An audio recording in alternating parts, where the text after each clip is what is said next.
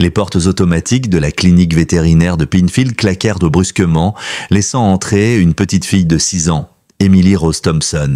Sa robe de princesse était déchirée, maculée de boue, et elle traînait derrière elle un vieux chariot bricolé avec des planches et une corde usée. Sur ce chariot, un immense berger allemand couvert de sang respirait difficilement. Le bruit sec du clipboard que la docteure Sarah Morgan fit tomber résonna dans le hall immaculé. Ce n'était pas un samedi soir ordinaire dans l'unique centre vétérinaire de Pinfield. Les petites mains d'Emily, rouges et entaillées par des brûlures de cordes, tremblaient légèrement, ses couettes blondes collées par la sueur et les larmes.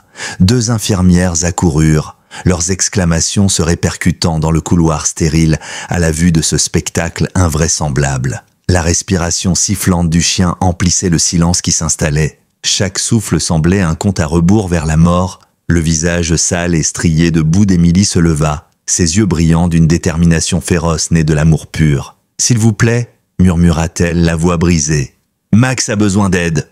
Les mains de la docteure Morgan tremblaient lorsqu'elle attrapa son stéthoscope.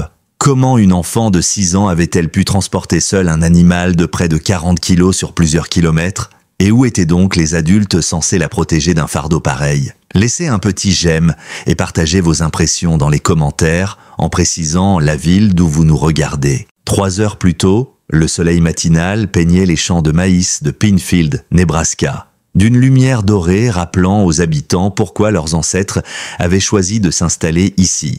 Population 912, un chiffre en baisse constante au fil des années, alors que les jeunes familles partaient pour les grandes villes, laissant derrière elles des fermes vides et des anciens refusant de tourner la page. Sur la ferme des Thompson, au bout de Maple Grove Road, Rose Thompson, que tout le monde appelait Rosie, était assise à sa table de cuisine, comptant pour la 3e fois les billets froissés posés devant elle. 17, 18 $.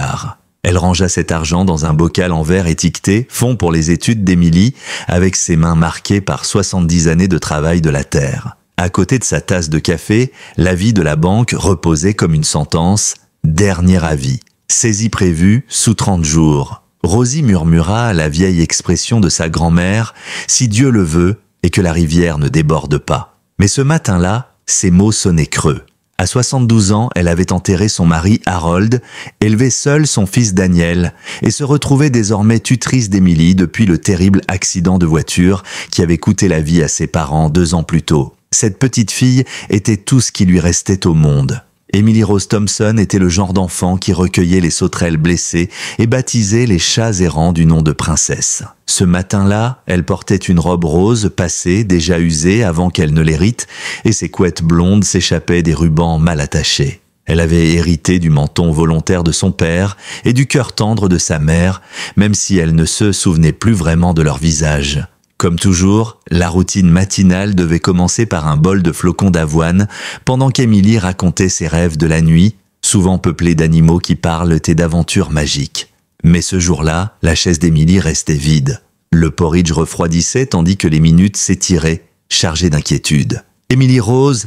appela Rosie depuis le porche, sa voix se perdant dans les champs, là où les liserons s'accrochaient encore au vieux poteau de clôture. Pas de réponse, seul le bruissement du vent dans les tiges de maïs, prêtes pour la récolte, lui répondit. C'est alors qu'elle l'entendit, un gémissement aigu, désespéré, douloureux, venant de la direction de l'ancien lit de la rivière, là où Daniel allait autrefois attraper des grenouilles. Son cœur, déjà fragilisé par des années de stress et de soucis médicaux, se mit à battre plus vite.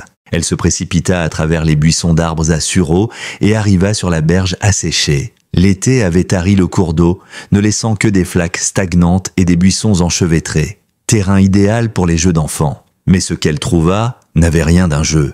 Là, prisonnier des mâchoires d'acier d'un piège illégal, gisait un immense berger allemand. Du sang tachait la terre sèche autour de sa patte arrière. Ses yeux ambrés exprimaient la résignation d'un animal qui avait cessé d'espérer. À ses côtés, les mains déjà à l'ouvrage, Emily tentait d'ouvrir le mécanisme, les larmes traçant des sillons dans la poussière de son visage. « Mamie, il est très mal », chuchota-t-elle sans s'arrêter. Le chien respirait par saccades. Son pelage magnifique était emmêlé et maculé de sang séché. Un de ses yeux suivit Rosie, l'autre restait fixé sur Emily avec une expression qui ressemblait étrangement à de la gratitude.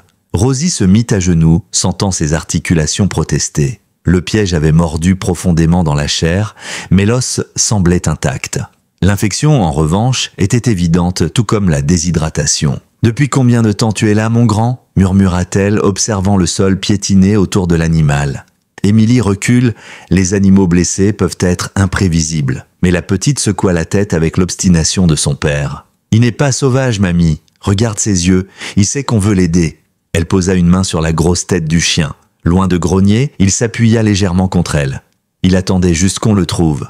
Contre toute logique, Rosie sentit qu'elle avait raison. Ce chien avait été aimé, soigné, dressé. Ce n'était pas un vagabond. Très bien, mais on fait attention. Quand je libère la patte, il peut fuir ou mordre. Tu restes derrière moi. Avec effort, elle pressa les 2 ressorts pour ouvrir le piège, tandis qu'Émilie soulevait doucement la patte blessée. Un gémissement s'échappa de la gorge du chien, mais il ne bougea pas pour fuir. Il tenta de se lever, puis s'effondra aussitôt. « Il va mourir, hein ?»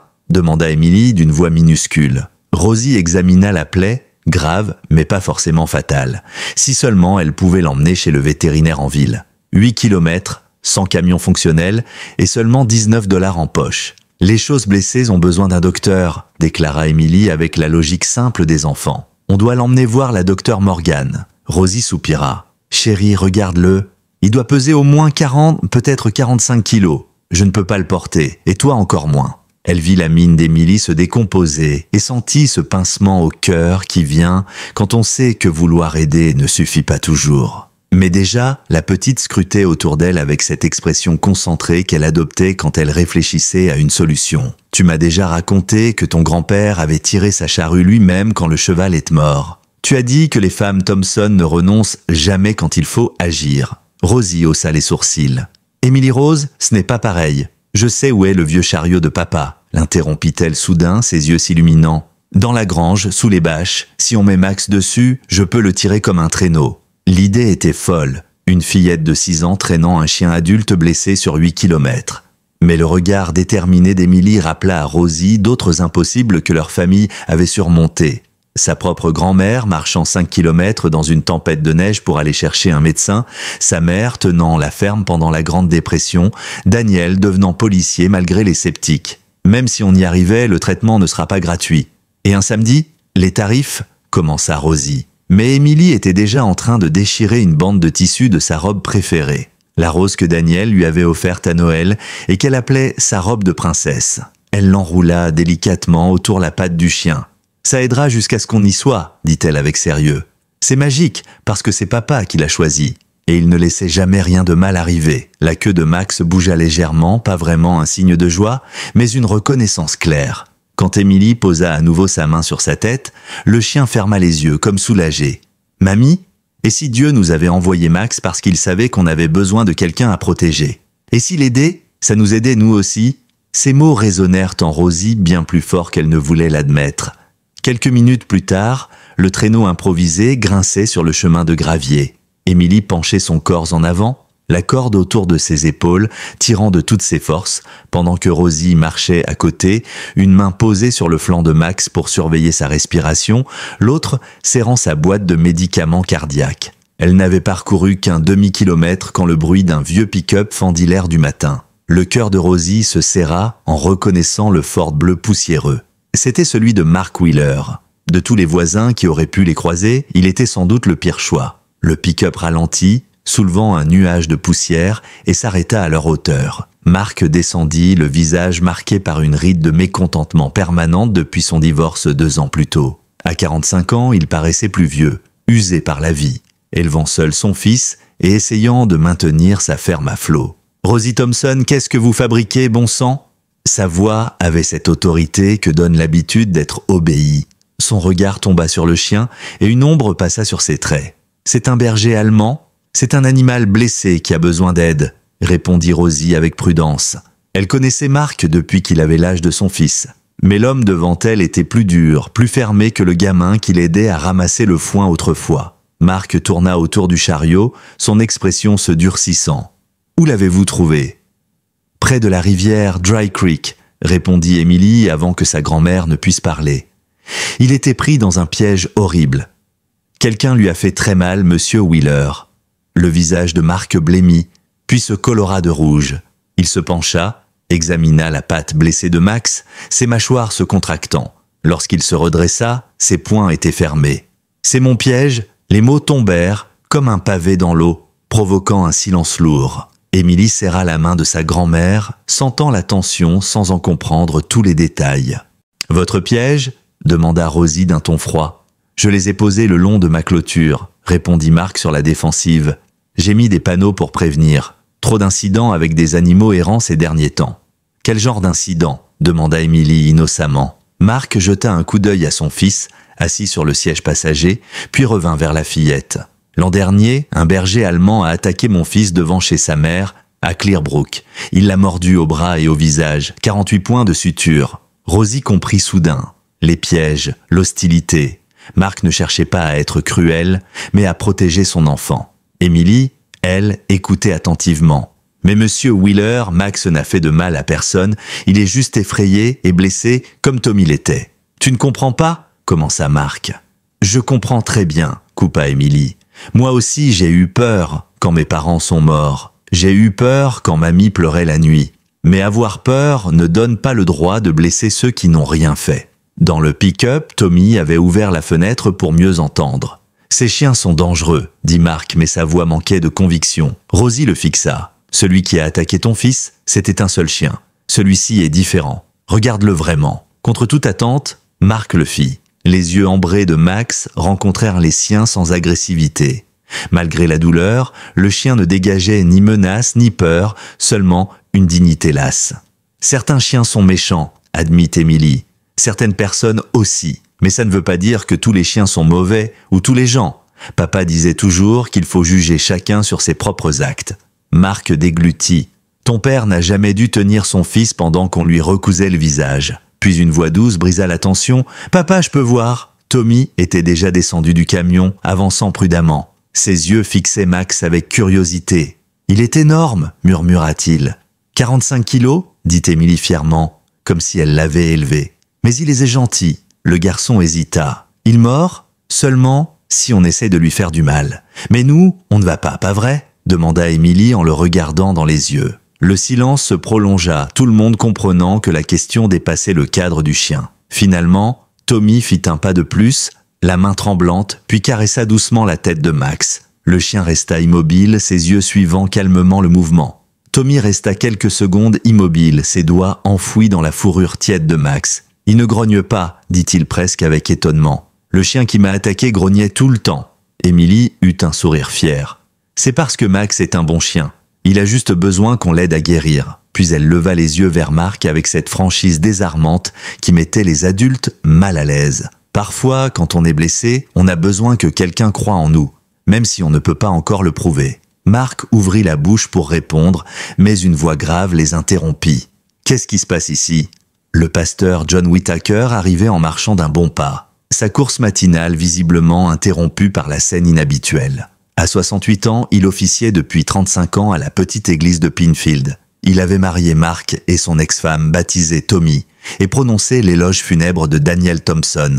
Sa présence calma aussitôt l'atmosphère. Mark se redressa, Tommy recula et même Rosie se tint plus droite. « Bonjour pasteur », dit Rosie avec précaution. « On essaie juste d'emmener ce chien blessé chez la docteure Morgan. » Le pasteur s'agenouilla près du chariot, ses yeux expérimentés évaluant rapidement l'état de l'animal. Puis son regard se figea sur le collier, dissimulé sous la saleté et le sang séché. Il écarta délicatement les poils, ses lèvres se serrant. « Ce chien, c'est Rex, le partenaire de Daniel. Je m'en souviens du jour des funérailles. » Les mots frappèrent Rosie comme une gifle. « Quoi ? Oui, il a disparu ce jour-là. Personne n'a jamais su où il était passé. » Le choc parcourut tout le petit groupe.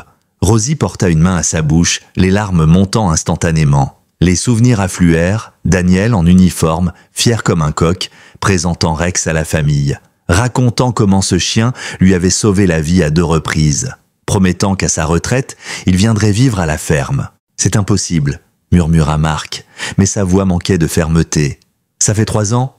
« Les chiens de service portent leur deuil aussi, » dit doucement le pasteur. « Ils tissent des liens qui ne se brisent pas. Parfois, ils errent en cherchant ce qu'ils ont perdu. Émilie comprenait enfin pourquoi elle avait rêvé de son père avec un chien quelques nuits plus tôt. « Mamie, c'est pour ça que j'ai vu papa avec un chien dans mon rêve. Il essayait de me dire qu'il fallait qu'on trouve Rex. » Rosie se pencha près du chariot, détaillant le visage du berger allemand avec un regard neuf. Elle voyait maintenant l'intelligence, la posture même diminuée par la douleur, et cette flamme qu'elle avait déjà observée dans les yeux de Daniel quand il parlait de son partenaire. « Oh mon grand, tu essayais de rentrer à la maison depuis tout ce temps, pas vrai ?» À sa voix, la queue de Rex bougea légèrement et il émit un petit gémissement qui ressemblait à de la reconnaissance. Marc, témoin de cette connexion, semblait vaciller entre prudence et compréhension. « Même si c'est vrai, ça reste un berger allemand. La race était naturellement agressive. Pas plus que les humains, répondit calmement le pasteur, et souvent bien plus loyal. Tommy, qui suivait la conversation comme s'il s'agissait de l'événement le plus important de sa jeune vie, prit la parole avec la franchise brutale des enfants. « Papa, le chien qui m'a attaqué, tu te souviens? Le policier a dit qu'il avait la rage, c'est pour ça qu'il était méchant. » Marc se figea. Dans tout le tumulte de l'attaque et de ses suites, il avait enfoui ce détail au plus profond. Sa haine généralisée des bergers allemands venait d'un cas isolé, d'un animal malade. « Je me souviens, dit-il lentement, comme s'il redécouvrait quelque chose d'oublié. Mais je n'arrivais pas à faire la différence. La peur fait voir tout pareil, observa le pasteur.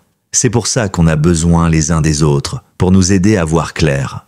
Émilie, qui écoutait, comme si chaque mot était une pièce de puzzle, se tourna vers Marc.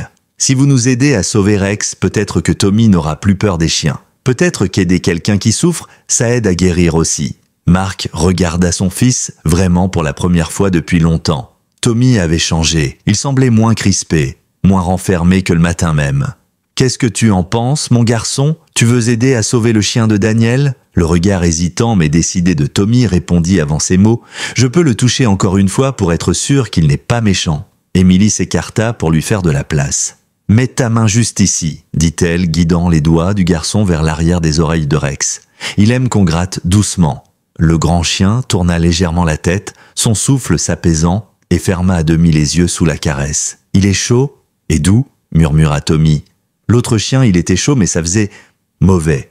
Mais lui, il était normal. Marc sentit ses yeux se brouiller. Voir son fils affronter sa peur par un simple geste de gentillesse lui serra le cœur. « Peut-être qu'on devrait appeler la docteure Morgan pour savoir quoi faire, » dit-il enfin. Mais le pasteur avait déjà sorti son téléphone. « J'ai mieux, je vais appeler May Henderson, elle trouvera comment rassembler du monde. Si on veut sauver ce chien, on va le faire ensemble. » Quelques minutes plus tard, les voisins commencèrent à apparaître, attirés par la rumeur qui se propageait plus vite qu'Internet. Madame Henderson arriva avec ses clés de magasin général et un air déterminé. Derrière elle, la docteure Morgan, alertée en plein jardinage, posa aussitôt un genou près de Rex. Eh bien, Daniel serait fier. Son vieux partenaire, elle ausculta, évalua la plaie, calcula mentalement les doses nécessaires. Il est fort. Bonne musculature, poids correct. Il s'est débrouillé tout seul un bon moment. « Vous pouvez le sauver ?» demanda Émilie, l'espoir dans la voix. « Avec les bons soins et un peu de chance, oui, répondit la vétérinaire. Mais ça ne sera pas gratuit. L'infection, les médicaments, les perfusions, on parle d'environ 300 $, peut-être plus si ça se complique. » Le chiffre pesa lourd dans le silence qui suivit. 300 $, c'était comme 3000 pour la plupart des familles ici. Émilie fronça les sourcils. « Mais si tout le monde donne un peu, ça fait beaucoup, non? Comme quand on a fait la collecte à l'école pour les balançoires. » Madame Henderson eut un sourire attendri. De la bouche des enfants, Émilie a raison, on va s'en occuper. En moins d'une demi-heure, le magasin général de Madame Henderson, habituellement calme le samedi après-midi, s'était transformé en véritable centre de secours improvisé. Dans l'arrière-boutique, Rex reposait sur une épaisse couverture. Une perfusion branchée à sa patte avant lui apportait un peu de répit, tandis que la docteure Morgan nettoyait délicatement la plaie infectée. Émilie était assise en tailleur à côté de lui, une main posée sur sa tête, lui chuchotant des encouragements comme si ses mots avaient un pouvoir magique. « Tu es très courageux, tu sais, plus que les chevaliers dans mes histoires. Papa serait fier de toi. » Dehors, la rumeur de l'histoire s'était propagée dans tout Pinefield. Les pick-up et les vieilles berlines arrivaient les uns après les autres. Les habitants sortaient avec des billets froissés, des pots de confiture pour les bénévoles ou encore des boîtes de fournitures médicales trouvées au fond d'un placard. Même ceux qui, d'ordinaire, ne s'adressaient plus la parole depuis des années se retrouvaient côte à côte pour apporter leur aide. Tom Bradley, le quincaillier grincheux, qui n'avait pas parlé à Madame Henderson depuis leur dispute sur la limite de leur terrain, se présenta avec une boîte de pansements et un billet de 20 $. « C'est pour le chien », marmonna-t-il sans la regarder. La famille Kowalski, éleveur de vaches laitières qui peinait à joindre les deux bouts, arriva avec un bocal rempli de billets et de pièces soigneusement comptées par leurs enfants. « Ce n'est pas grand-chose », s'excusa Madame Kowalski, mais ils insistaient. Même Frank Murdoch, connu pour se plaindre de tout, entra avec un vieux sac de fournitures de vétérinaire pour bovins. « Un chien comme ça mérite sa chance », grommela-t-il en détournant le regard, comme s'il avait peur qu'on le voie faire preuve de gentillesse. Mais l'arrivée de Jim Clearwater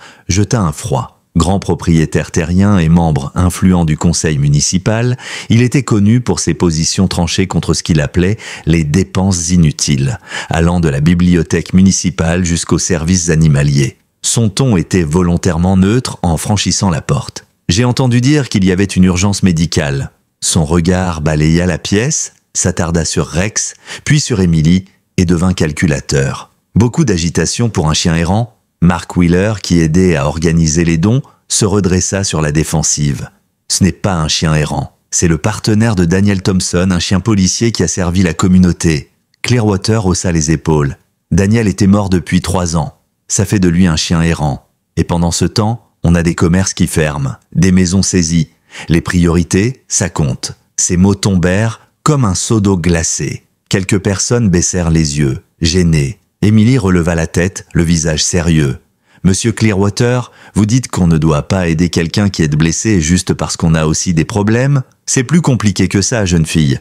Les ressources sont limitées. Ma grand-mère dit que quand on aide quelqu'un, ça finit toujours par nous aider aussi, » répliqua Emily avec une innocence tranchante. Comme quand Monsieur Wheeler a décidé de nous aider, même s'il avait peur. Maintenant, Tommy n'a plus peur des chiens et ils se sentent mieux tous les deux. Tommy, qui caressait doucement la patte de Rex, leva les yeux. « Elle a raison, Monsieur Clearwater. J'avais peur de tous les chiens parce qu'un seul m'avait attaqué.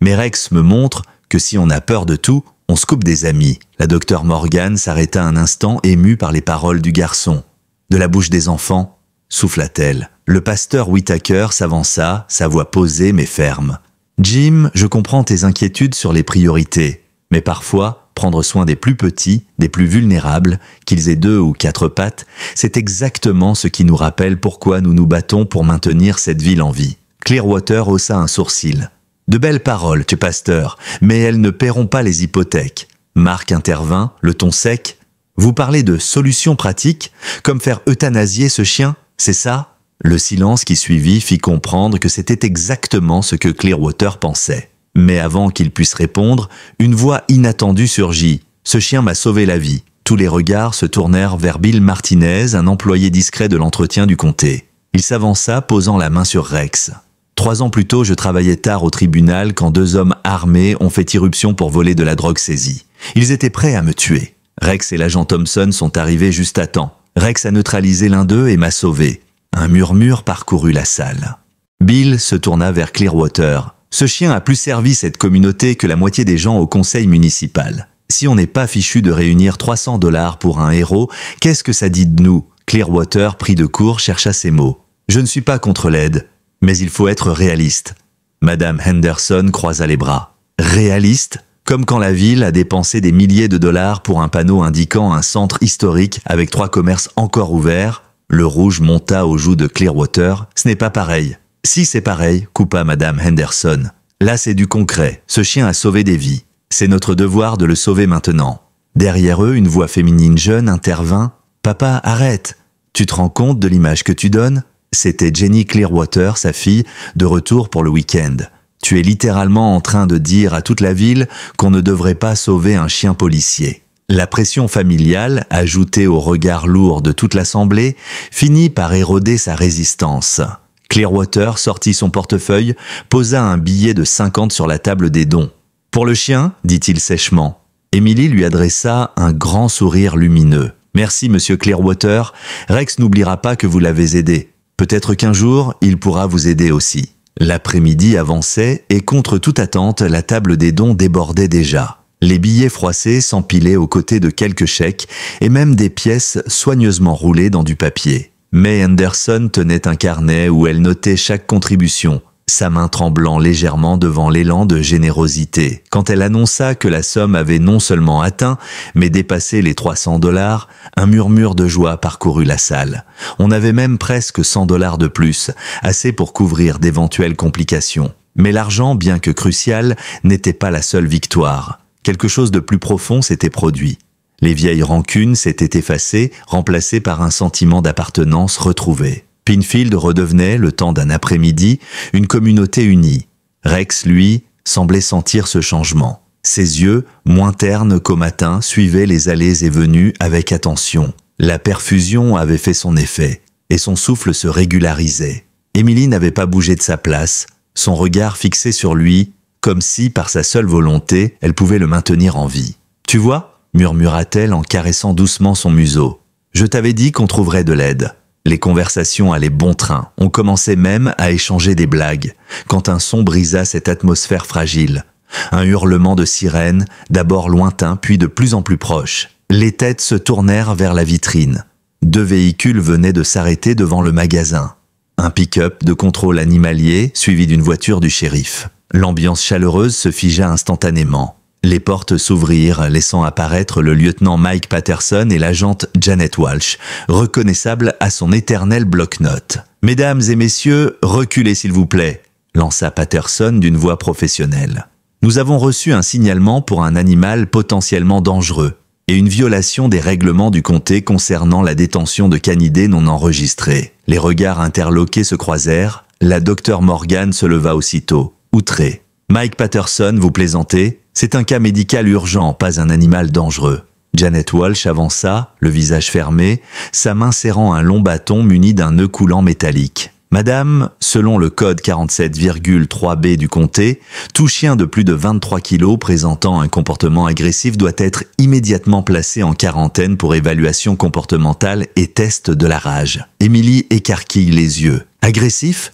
Rex n'a été agressif avec personne. » Walsh consulta ses notes. Le rapport que nous avons reçu mentionne un berger allemand ayant attaqué et mis en danger un mineur. Les voix s'élevèrent aussitôt. Mark Wheeler s'avança furieux. « C'est faux, j'ai dit qu'il était blessé, pas qu'il avait attaqué quelqu'un. » Patterson leva les mains. « Marcus, je ne fais que suivre la procédure. On m'a transmis un rapport précis, gros chien agressif, enfant en danger, risque de rage. »« C'est absurde !» s'écria May Anderson. « Mike, tu connais Emily depuis qu'elle est née. Tu crois vraiment qu'elle resterait assise à côté d'un chien dangereux ?» Mais Walsh s'approchait déjà de Rex, le bâton à la main. Le berger allemand leva la tête, ses oreilles s'abaissant aussitôt. Emily, sentant la panique de son compagnon, se jeta sur lui, écartant les bras comme un bouclier. « Vous ne pouvez pas le prendre. Il est malade, il a besoin de soins, pas d'une prison. »« Éloigne-toi de l'animal, petite, » ordonna Walsh, la voix ferme. Rosie, le cœur battant, appela sa petite fille. « Emily, viens ici. »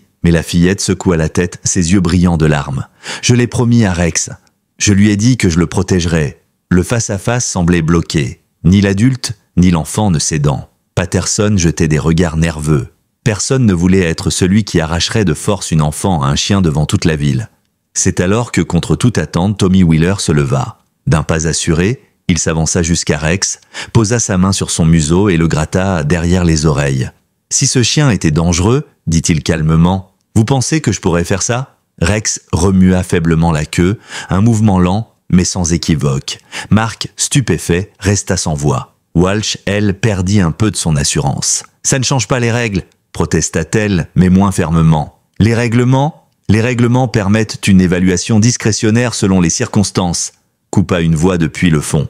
Tous se retournèrent. Jim Clearwater venait d'entrer. Ses traits étaient graves. « Je suis celui qui a passé l'appel !» avoua-t-il. Les murmures éclatèrent aussitôt. Emily le fixa, blessée. « Mais vous aviez donné de l'argent pour l'aider ? Pourquoi vous avez fait ça ?» Clearwater sembla chercher ses mots. « Je pensais être responsable, penser au risque. Je ne voulais pas qu'un drame arrive. En exagérant et en mentant dans votre signalement ?» coupa la docteure Morgan, indignée. Le pasteur Whittaker le fixa droit dans les yeux. « Jim, ce n'est pas la peur qui rend responsable. c'est la compassion. Walsh, visiblement mal à l'aise, baissa enfin son bâton. D'après ce que je vois ici, ce chien ne représente aucun danger immédiat pour la sécurité publique. Je ne vais pas l'emmener. Un soupir de soulagement parcourut la pièce. Émilie relâcha Rex, le serrant contre elle. Mais à cet instant, la docteure Morgan blêmit. Son stéthoscope venait de révéler un changement inquiétant. « Sa fréquence cardiaque s'emballe », dit-elle avec urgence. « Le stress de tout ça, il ne va pas tenir si on ne l'emmène pas immédiatement à la clinique d'urgence de Lincoln. » Un frisson glacé traversa la salle. Lincoln, 2 heures de route. La docteure Morgan, déjà penchée sur Rex, vérifia ses pupilles et son pouls, son visage se crispant un peu plus à chaque seconde. Sa tension chute, l'infection ne répond pas bien aux antibiotiques, et maintenant, avec le stress, son cœur lâche. Émilie, qui caressait encore le museau de Rex, leva les yeux paniquée. « Qu'est-ce qui se passe ?» Rosie posa une main sur son épaule. « Il faut qu'on l'emmène dans un grand hôpital, ma chérie. »« Mais c'est à Lincoln !» murmura Mark, sa voix lourde. « 2 heures, si la route s'est dégagée ?» La vétérinaire hocha la tête. « Avec ce que j'ai ici, je peux le stabiliser quelques minutes, non pas plus. Le transport risque de le tuer. Mais le laisser ici le tuera sûrement. » Le silence tomba, pesant. Tout le monde savait qu'ils étaient coincés. C'est alors que Tommy, les yeux fixés sur Rex, dit calmement « Pourquoi on ne prend pas l'hélicoptère de secours, celui qui a emmené Monsieur Jenkins quand il a eu sa crise cardiaque ?» Un murmure parcourut la pièce. Mark soupira. « Tommy, ces hélicoptères sont pour les urgences humaines, pas pour les animaux. » Mais le garçon se redressa, les mains crispées. « Mais Rex était un policier, non ? Et un policier blessé. On l'aide toujours. » Le lieutenant Patterson, qui n'avait pas bougé depuis la fin de l'altercation, fronça les sourcils. Techniquement, les K9 sont considérés comme des officiers, et Daniel Thompson est mort en service. Le pasteur Whittaker posa déjà la main sur son téléphone. « Je connais le shérif depuis 30 ans. Je vais voir ce que je peux faire. » Pendant ce temps, la docteure Morgan s'activait, ajustant le débit de la perfusion, injectant une dose de sédatif léger pour calmer Rex. Émilie, elle, s'était penchée à son oreille. « Tu n'abandonnes pas, d'accord ? Papa n'a jamais abandonné, et moi non plus. » Ses petites mains tremblaient, mais sa voix restait ferme. C'est à ce moment-là que, contre toute attente, Jim Clearwater se leva de sa chaise dans un coin de la pièce. Son visage était fermé, mais sa voix, quand il parla, portait une gravité inhabituelle. « J'ai causé ce problème, je vais le régler. » Sans attendre, il sortit son téléphone et quitta la salle. À travers la vitre, on le vit parler avec intensité, ses gestes appuyant chaque phrase.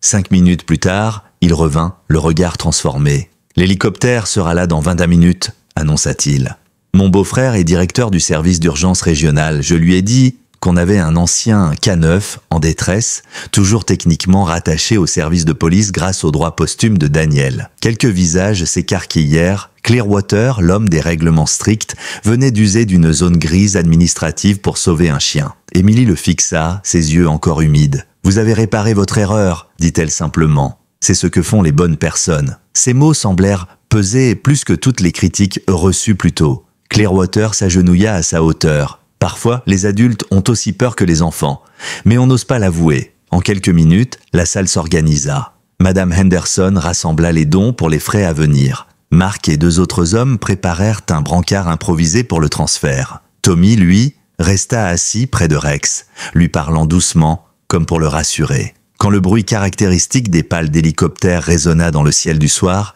Émilie sentit son cœur se serrer. C'était la chance de Rex, mais aussi une nouvelle séparation. Tandis que l'équipe médicale entrait, la docteure Morgan glissa une petite photo dans sa poche. Daniel, en uniforme, Rex assis fièrement à ses côtés. Émilie lui avait demandé de la montrer aux vétérinaires à Lincoln pour qu'il sache qu'il est important et qu'il a des gens qui l'aiment. Quelques minutes plus tard, alors que l'hélicoptère s'élevait dans la lumière orangée du couchant, toute la communauté restait debout dans le parking, les yeux levés. Émilie serra la main de Rosie. « Il va revenir, mamie. Les héros ne meurent pas quand on a encore besoin d'eux. » Les jours qui suivirent parurent interminables. Rosie et Émilie ne dormaient que par bribes, toujours dans l'attente d'un appel qui annoncerait une bonne nouvelle. Ou le pire, chaque fois que le téléphone sonnait, le cœur de Rosie s'emballait. La docteure Morgan avait promis de donner des nouvelles dès qu'elle en aurait, mais les premières 48 heures étaient critiques. Les chirurgiens vétérinaires de Lincoln avaient opéré en urgence, retirant les tissus infectés et stabilisant la patte. Ils avaient aussi découvert des lésions internes inquiétantes. Le troisième matin, à l'aube, le téléphone finit par sonner. Rosie décrocha en retenant son souffle, Émilie grimpant déjà sur la chaise à côté d'elle pour coller son oreille au combiné. La voix de la docteure Morgan, légèrement brouillée par les parasites de la ligne, résonna. « Rosie, il va s'en sortir. La chirurgie a été un succès. L'infection est en train de disparaître. Ce matin, quand je suis entré dans la salle, il s'est levé et a remué la queue et il a demandé son petit déjeuner. » Émilie poussa un cri de joie, sautant à pieds joints sur le sol de la cuisine, sa chemise de nuit volant autour d'elle. « Je le savais. Il est trop fort pour abandonner. » Rosie, elle, s'assit lourdement, les yeux humides. Mais avant qu'elle ne puisse se laisser emporter par le soulagement, la vétérinaire reprit, sa voix plus grave. « Rosie, il y a quelque chose d'autre. Pendant l'opération, on a trouvé des fragments de balles dans son épaule, probablement anciens, et cousus à l'intérieur de son collier, un petit compartiment. » Rosie fronça les sourcils. « Un compartiment ?» Un léger froissement de papier se fit entendre au bout du fil. Il y avait une lettre, adressée à toi et à Émilie, écrite de la main de Daniel. Le silence se fit, seulement brisé par le battement précipité du cœur de Rosie. « Vous pouvez la lire ?» demanda-t-elle, la voix étranglée. La docteure Morgan inspira profondément avant de commencer. « Maman, Émilie, si vous lisez ces mots, c'est que quelque chose m'est arrivé et que Rex vous a trouvé, comme je l'espérais. Depuis quelques mois, je le prépare à la retraite. Je lui ai appris à être un chien de famille. Il connaît déjà ton odeur, Émilie, parce que je garde toujours un vêtement à toi avec moi. Il t'attend depuis longtemps. Rex n'est pas juste mon partenaire, c'est mon cadeau pour vous deux. Il te protégera, Émilie, et il t'aimera comme je l'aurais fait si j'avais pu rester. Prenez soin l'un de l'autre, je vous aime. Daniel, PS, Rex sait où est caché le trésor pour tes études. Demande-lui et il te le montrera. » Rosie éclata en sanglots, le téléphone tremblant contre son oreille. Émilie, elle, ne pleurait pas. Son visage affichait une sérénité presque sage. « Papa l'a envoyé pour nous, mamie. Je le savais. C'est pour ça que j'ai rêvé de lui avec un chien. » Les nouvelles se propagèrent dans tout Pinefield plus vite qu'un feu de prairie. Les habitants qui avaient participé à la collecte passèrent à la ferme pour féliciter Émilie et Rosie. Le gouverneur envoya même un message officiel saluant l'esprit communautaire et la générosité des habitants de Pinefield. Les journaux de Lincoln et la chaîne régionale vinrent de filmer un reportage. Mais c'est l'appel de Mark Wheeler qui toucha le plus Rosie. « Rosie, Tommy demande toutes les heures si Rex va bien. Il veut venir le voir, et hier, il m'a demandé si on pouvait adopter un chien un jour. » L'arc de transformation de Tommy était clair. L'enfant craintif, qui ne quittait jamais son père, commençait à relever la tête. Le soir, la docteure Morgan rappela pour préciser « Rex doit rester encore une semaine pour surveillance. Mais après, il lui faudra un endroit calme, avec des gens qui comprennent ce qu'il a traversé. » Émilie n'hésita pas une seconde. « Il va venir ici. » Rosie, plus pragmatique, pensa à la ferme menacée de saisie, à l'argent qui manquait. Mais la vétérinaire l'interrompit. « Rosie, vous n'aurez pas à vous en faire. Les dons n'ont pas seulement couvert ses frais. Les gens ont envoyé de quoi vous aider avec la ferme. » Quelques heures plus tard, May Henderson arriva avec une boîte pleine d'enveloppes et de lettres. Certaines contenaient des billets, d'autres de simples mots d'encouragement. Une école primaire de Californie avait organisé une collecte de pièces jaunes. Un foyer de retraités en Floride avait envoyé un chèque de 500 $. Une lettre venait d'un poste de police du Texas. Tout chien policier mérite de rentrer à la maison. Parmi toutes ces lettres, une attira particulièrement l'attention de Rosie. Une écriture tremblait. « Chère Émilie, j'ai perdu mon mari à la guerre il y a 60 ans. Il disait toujours que l'amour ne meurt jamais. Il trouve juste d'autres chemins pour se montrer. L'amour de ton papa continue de te protéger à travers Rex. Garde ça dans ton cœur. » Le lendemain après-midi, le pasteur Whittaker passa à la ferme avec une nouvelle inattendue. La banque suspend la procédure de saisie. Avec les dons, vous pouvez régulariser vos paiements. Émilie écoutait à moitié, absorbée par l'idée qu'elle reverrait bientôt Rex. 3 jours plus tard, l'appel tant attendu arriva. « Rosie, il est prêt à rentrer. » Le matin du retour, le soleil semblait plus clair qu'à l'accoutumée, comme si la lumière elle-même voulait marquer l'événement. Émilie s'était levée avant l'aube, enfilant sa robe bleue préférée, celle qu'elle portait le jour où elle avait rencontré Rex. Elle trépignait déjà sur le porche, observant la route qui serpentait à travers les collines. Rosie, plus discrète dans sa joie, avait préparé une bassine d'eau fraîche, une gamelle de nourriture et étalé une grande couverture près de la cheminée. Au loin, un grondement de moteur se fit entendre. Bientôt, le pick-up de la docteure Morgan apparut, suivi d'une petite caravane improvisée.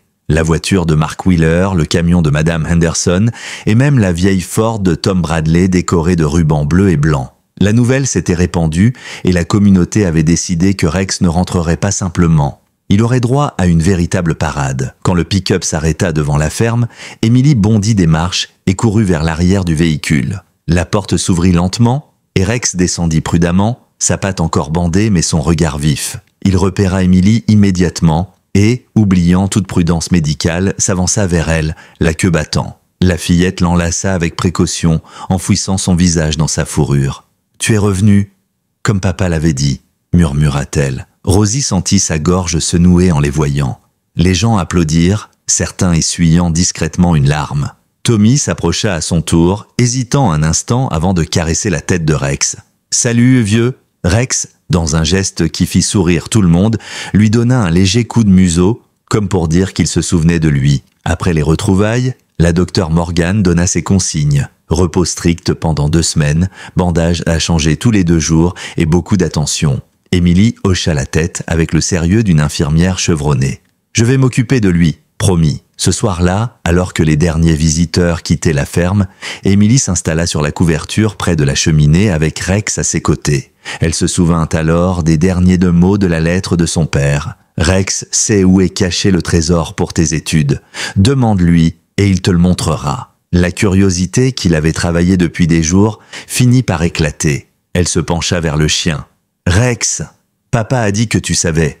Tu peux me montrer ?» Rex la fixa longuement, puis se leva, malgré la douleur, et marcha lentement vers la porte arrière. Emily appela sa grand-mère. « Mamie, il veut me montrer quelque chose. » Dehors, la nuit commençait à tomber. Rex traversa la cour, descendit vers le vieux hangar à outils à moitié effondré. Il s'arrêta devant une planche du plancher, gratta avec sa patte valide, puis recula pour la laisser passer. Rosie s'agenouilla, glissa ses doigts sous le bois desserré et le souleva. À l'intérieur, enveloppée dans un sac imperméable, se trouvait une petite boîte métallique.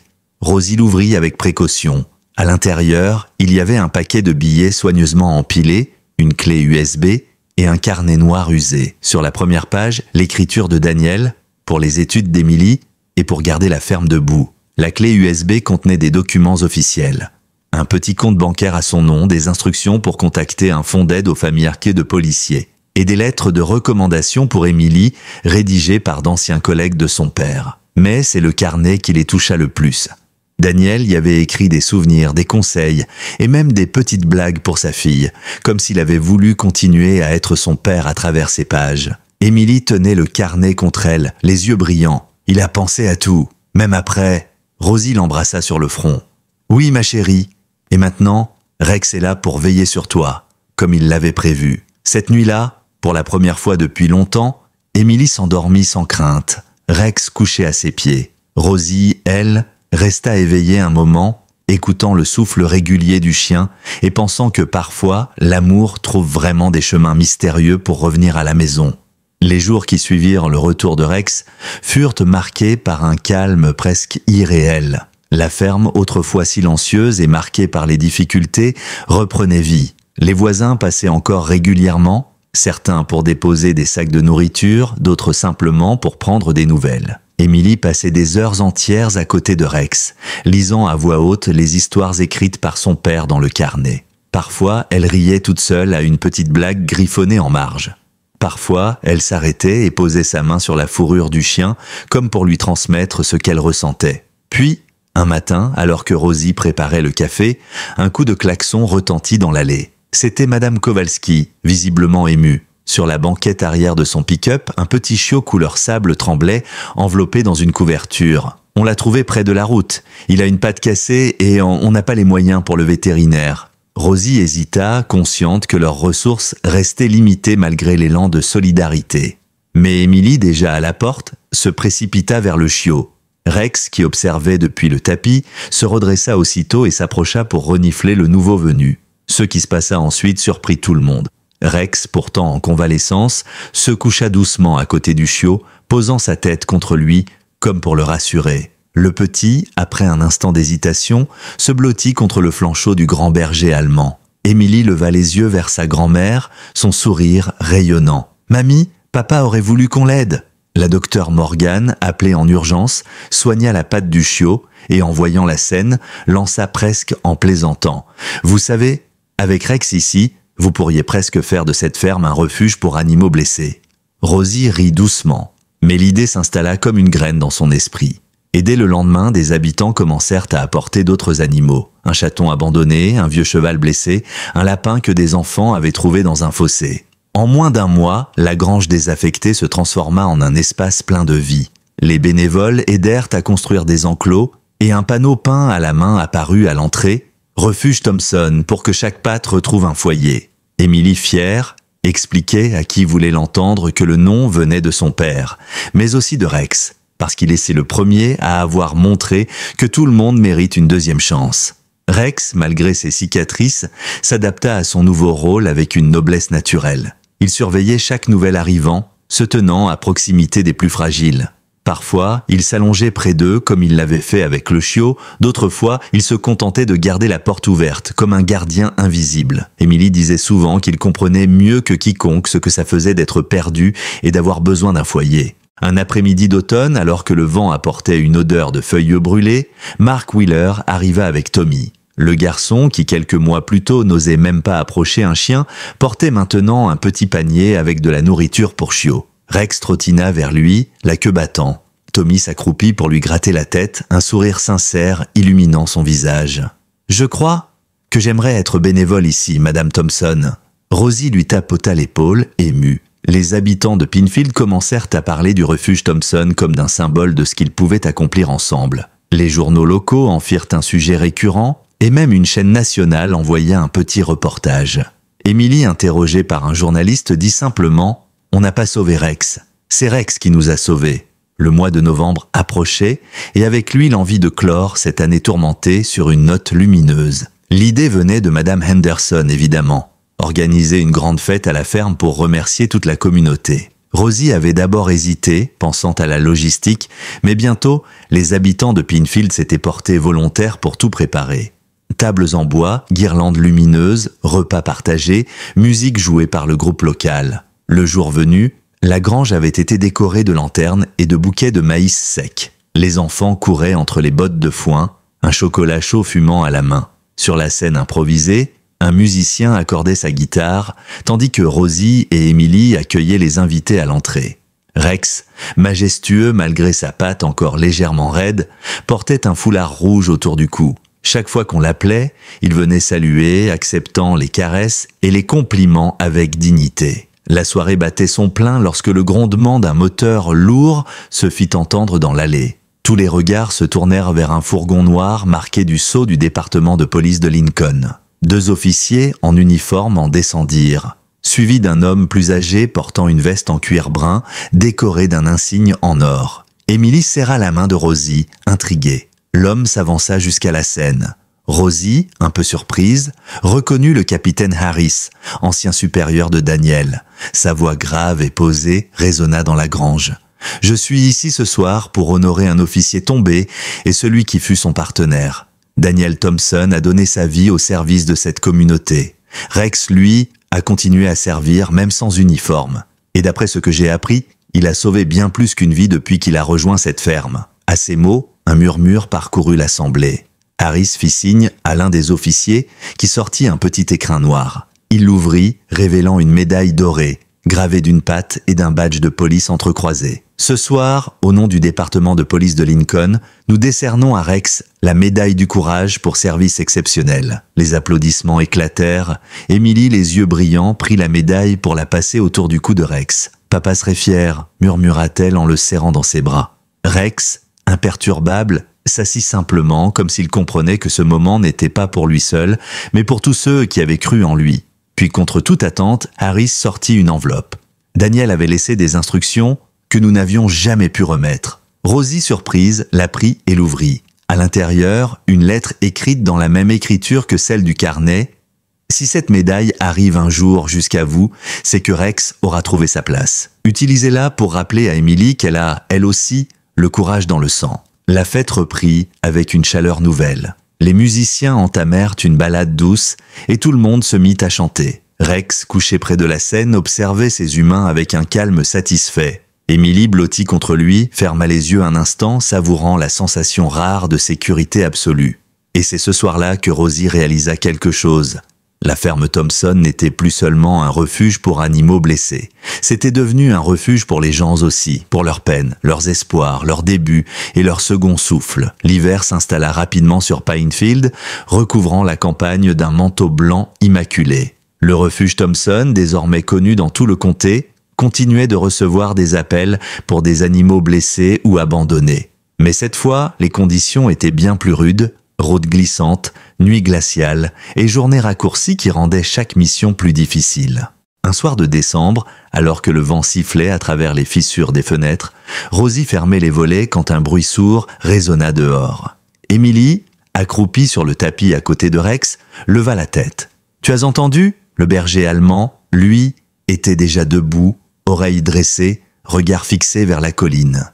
Il émit un grondement sourd avant de se précipiter vers la porte. En ouvrant, Rosie aperçut des phares vacillant dans la neige tourbillonnante. Un pick-up s'était arrêté de travers sur le chemin et une silhouette agitait les bras. C'était Mark Wheeler, visiblement paniqué. « Tommy, il est parti promener le chien des voisins et il n'est pas revenu. Il y a déjà plus d'1 heure et avec ce froid... » Émilie eut à peine le temps de comprendre que Rex, comme mu par un instinct infaillible, s'élança dans la nuit. Mark tenta de le suivre, mais le chien était déjà une ombre dans le blizzard. Rosie attrapa une lampe torche et partit à son tour, Émilie à ses côtés, malgré ses protestations. Ils avancèrent dans la neige profonde, appelant le nom de Tommy, mais le vent emportait leur voix. Après une dizaine de minutes, un aboiement puissant retentit quelque part sur la gauche. Mark se précipita dans cette direction, trébuchant presque, et découvrit Rex planté devant un fossé, remuant la queue mais sans bouger. En s'approchant, ils aperçurent enfin le petit corps recroquevillé de Tommy, tenant dans ses bras un petit labrador transi. Le garçon était conscient, mais ses lèvres bleuies et ses mains engourdies trahissaient le début d'une hypothermie. Mark le hissa dans ses bras, tandis que Rex restait tout près, collant son flanc chaud contre le chien pour le réchauffer. « Il l'a trouvé !» « Il m'a trouvé !» balbutia Tommy, sa voix faible mais pleine de soulagement. De retour à la ferme, Rosie enveloppa Tommy dans des couvertures et appela la docteure Morgan pour le labrador qui souffrait de gelures légères. Émilie, assise à côté de Rex, lui caressa doucement la tête. « Tu savais exactement où il était ? Papa disait toujours que tu pouvais sentir quand quelqu'un avait besoin d'aide. » L'histoire fit rapidement le tour de la ville. Pour beaucoup, ce sauvetage n'était pas juste un acte héroïque. C'était la confirmation que Rex, même affaibli par les années et les blessures, portait toujours en lui l'âme d'un protecteur. Les Wheeler, émus, proposèrent de couvrir une partie des frais du refuge en guise de remerciement. Et pour Émilie, il ne faisait plus aucun doute. Rex n'était pas seulement un cadeau de son père. Il était la preuve vivante que l'amour et le courage pouvaient traverser le temps, les épreuves et même les tempêtes de neige les plus cruelles. L'hiver finit par céder sa place lentement, presque à contre-cœur. Les amas de neige fondirent, laissant apparaître des chemins boueux et l'odeur humide de la terre prête à renaître. Au refuge Thompson, les premiers bourgeons sur les pommiers entouraient les enclos d'un vert tendre. Les animaux reprenaient des forces avec les beaux jours et Émilie passait ses après-midi à courir d'un abri à l'autre, un carnet à la main pour noter les progrès de chacun. Ce printemps-là marquait aussi un moment important, l'inauguration officielle du refuge. L'idée venait du pasteur Whitaker qui estimait que l'histoire de Rex et de la ferme méritait d'être racontée au-delà des limites de Pinefield. Le conseil municipal avait accepté de financer un panneau professionnel et les bénévoles avaient travaillé d'arrache-pied pour réparer la grange, peindre les clôtures et installer un petit bureau d'accueil.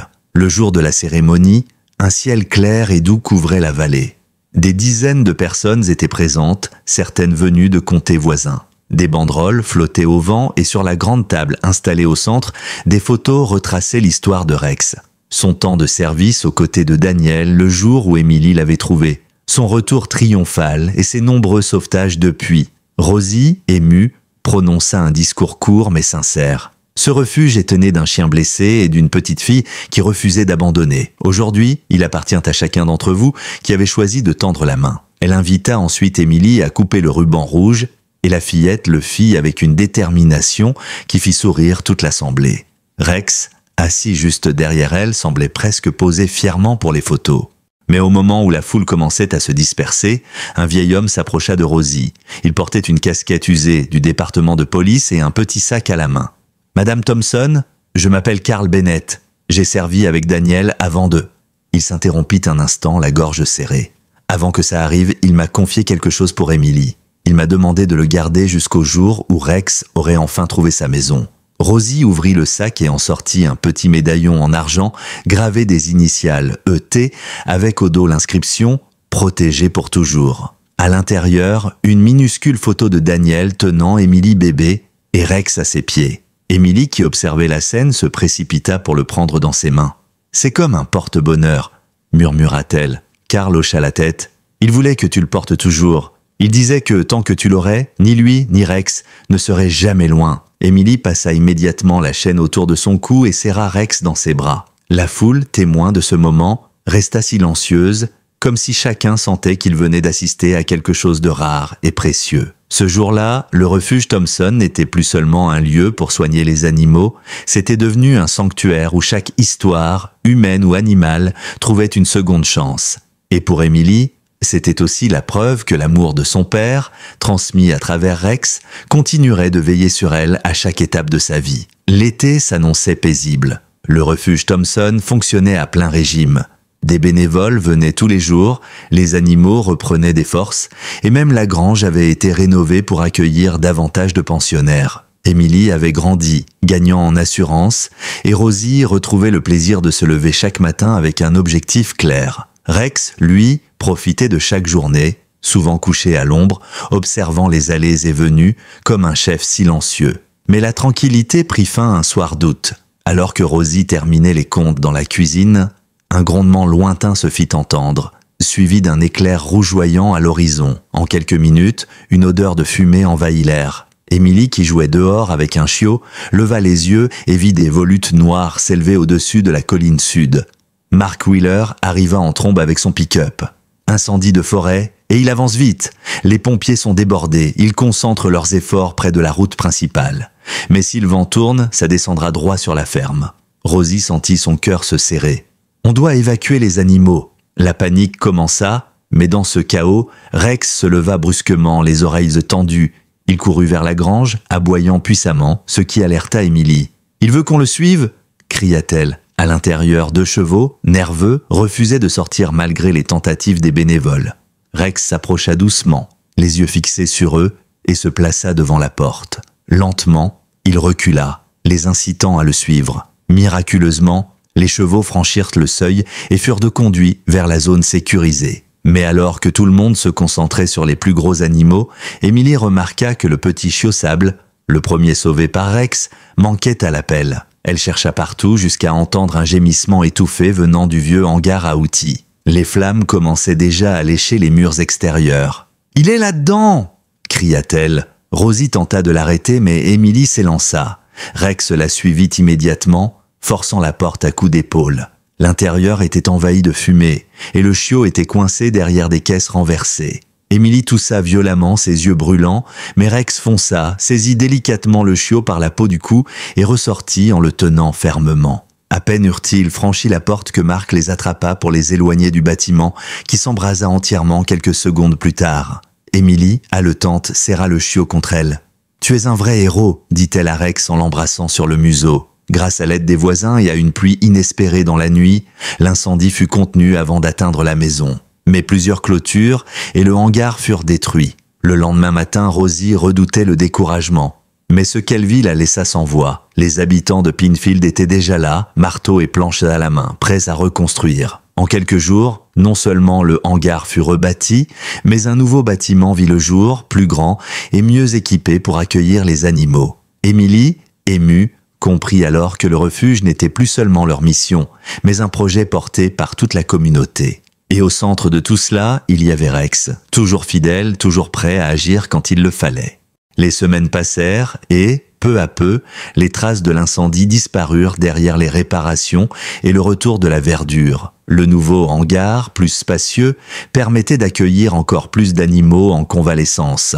Un petit bureau avait été aménagé pour recevoir les visiteurs, avec un mur recouvert de photos montrant chaque animal sauvé depuis la création du refuge. Un après-midi de septembre, Émilie revenait de l'école avec un sourire radieux. « Mamie, notre professeur veut qu'on parle d'un héros dans notre vie. Et je veux parler de Rex. » Rosie, attendrie, l'aida à rassembler des photos et à préparer son exposé. Le jour venu, Émilie se présenta devant sa classe avec Rex à ses côtés. Elle raconta son histoire, depuis le jour où elle l'avait trouvé, blessé, jusqu'au sauvetage qu'il avait accompli au refuge. Quand elle parla de son père et de la lettre qu'il avait laissée, sa voix se fit plus douce. « Mon papa était un héros, mais il ne pouvait plus être là pour me protéger. Alors il m'a envoyé Rex. Et Rex protège tout le monde ici, pas seulement moi. » La maîtresse, les élèves, même certains parents venus assister à la présentation, avaient les yeux brillants. Quand Émilie termina, la classe éclata en applaudissements. Et Rex, comme pour saluer, aboya joyeusement. Quelques jours plus tard, le refuge organisa une journée portes ouvertes.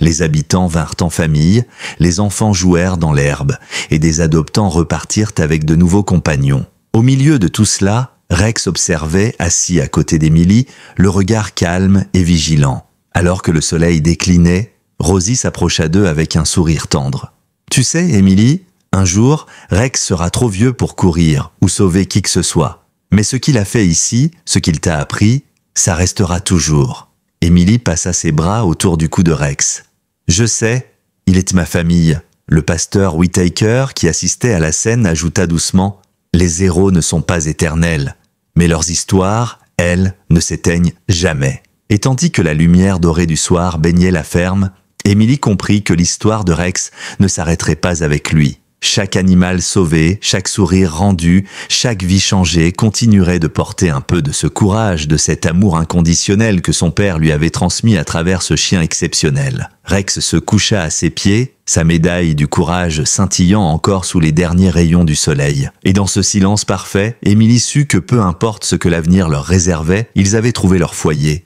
ensemble.